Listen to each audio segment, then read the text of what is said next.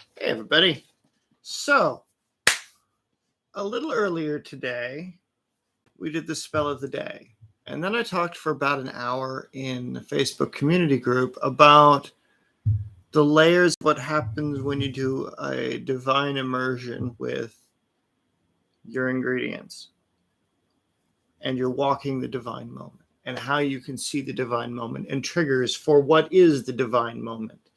And so, by looking at the triggers for what is the divine moment, being able to identify them and to be able to record the moments in your notebook as an expression of the divine moment, you then understand that the things I'm telling you to write down in your spell as to what ingredients you use, what color significance and signifiers that you're using, all of these various nuanced things that I've asked you to write down already, that from these things you can then extrapolate, well, what is it that I'm going to be up to? What is it that I can do in the future? What is it that I can do now that looks at all of the deviations of how this applies to everything else that I'm doing? What's up, Mike? How are you doing, my brother? So I hope things are going well for you today, buddy. Hopefully Sandy's in the background. If she is, say hi. Hi, Sandy. There we go. So when we're dealing with the application of magic, in this case, the spirit behind it, the necromantic application of that spirit then looks at what would honor the ancestors. What would, oh, thank you, man. I appreciate it. What would honor the ancestors? What would honor the spirits that came before? What would honor the spirits of those people who came before you in the thing that you're doing, so that way your deeds match the quality of information and the respect you had for them in life, right? How do you carry that memory on and forward? So everything you do exists as social framework manipulation. Everything you do exists because you understand the breakdown of this thing, and in relation to, not in separation of, but in relation to absolutely every fucking thing you do. Right? Because there's the mediocre shit that we get up to, right? Like even this video is, by comparative standards of what I want to get into, mediocre shit, and I apologize. And so getting into something that's a little bit more intense, getting something that's a little bit better set dressed, getting at something that's a little bit more postured, right? Like come out here wearing one of my suits, right? Or a ritual robe or whatever, trying to set the experience, the environment, the whatever it is. So whatever it is you're doing, because it's the ingredients that you've selected, when you're in that moment that connects you to the divine, which is the divine work, right? What work did you do that connected you to the divine? What was the outcome of that work? Ha! Magic, right? That's the science of knowing how all this shit works on purpose every single time. There's no magic in magic. It's just fucking correspondence. But the magic's in the correspondence. It's how they relate to each other. It's what you do with them.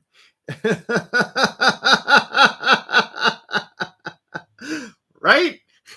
So me telling you what you need to write down is the ingredients by which you can think about these things that are applied then later into everything else you do, and then you have the entire pattern written out before you.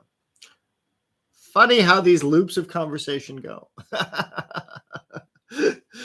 So that's witchcraft. Well, that's not just witchcraft. That's sorcery, and that's priestcraft, and that's like fucking high temple shit. Like, this is how you build a community around your church. This is how you build a community around your business.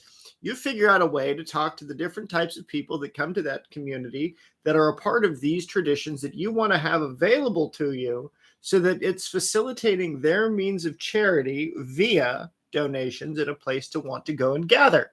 If people don't want to go and gather at your church because you did something wrong, you preached the wrong shit, you realize, oh, it's so people can have access to the fine materials and have access to the stuff that will allow them to have the divine interactions them damn selves for their divine moment of interaction.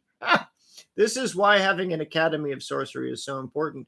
Again, because it allows people to come to a location to have divine work done that they are in direct intermediary response with. Them, the intermediaries, a place that is conditioned specifically for this. Right? And so if you want to have these insights and these emotional connections of aha, I'm not saying it's going to work. I'm saying that that's what those reading rooms were attempting to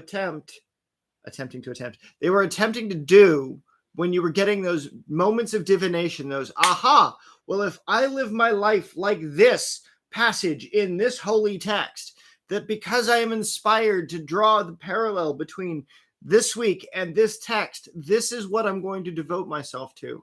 So then it becomes a social trend, right? And then it's the people that go off on tangents and go off into the whimsy that lose their absolute fucking shit, right? Because they don't understand that, yes, while they are doing that thing for the divine conduit to connect, to do a thing that's for somebody else or for something deeper or for a deeper purpose, it's the application of that place to do it well, crafted, beautifully. That's what we need to go after. And so while I get everything all prettied up and everything is in the process of getting, enhanced as far as like, let's do it upright. Let's do something and give it our best shot. What does our best shot look like? Well, how is every single thing prepared, right? It's like going to a bed and breakfast, right? Like I want to open up for this experience so that people have the opportunity to come to a ritual temple. They'll do their divine work. They'll leave a record of it. They'll share it with the class, right? So the people that do the divine work in the temple, the work belongs then to the temple so that people can see what other work has been done there, right? And so that becomes the holy manuscripts that people can come to study, right? It's not just about what I write. It's about what you write, and it's about what everybody else is going to write, so that there's a place of learning. So that way that becomes a sacred ground. That becomes a place where the sacred and the ground meet, where you can go and learn about it, right?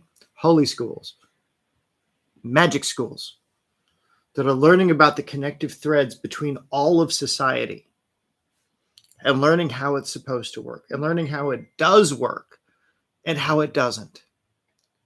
So, short conversation, maximum fucking impact.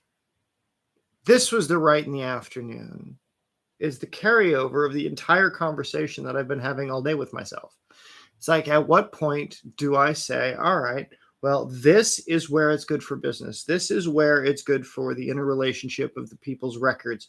Why do they need to keep records of it? Well, because they need to seek the divine. Why do they need to seek the divine? Because by seeking the divine, then you have the entire system of operation, but an overt dedication to performing at your best. Let me pay attention. Let me spell it out to you guys in the back. So if you are a W-2 employee working in a shitty environment because your bosses don't understand any of what I just said, then learning this approach to meticulous analysis over everything in your environment means when you pick up a mop to clean something for somebody else, when you go to work for somebody else, when you go to work with somebody else, and in collaboration for something with somebody else, everything comes down to the alignment. They want to be there. They want to put the work in. What makes them want to? And it's not just the money. It's got to be deeper than that, right? It's knowing the spirit, and it's working in collaboration with the spirit of prosperity that you want to work with in whatever way you're going to work with it, right? But there are so many factors that it requires first. It requires your understanding that it's not going to be as you expect it. It's going to be where the spirit can show up, which means where you are not. Where are you not that it is, that it needs to become so that it can be? Each line of that question is a question that, if answered, will tell you what you should be doing next. Right? Your business is suffering. All of these things need to become prettier. They need to become more in alignment. They need to become more developed, right? Well, what does the next application of that look like? I've now expressed what I will do for free with my ingredients on hand, right? Like I'll spend 3 months teaching a class that nobody really asked me to teach in the first place. But because I wanted to create an established link between the divine and the ingredients, and I wanted to have 108 different recipes for them, because there's a bunch that I've made throughout the process that I didn't actually make for the process that I can still make in the process if I choose to, right? I just do what I want at this point. And it's getting you to the point where you do that for you in whatever it is you're doing.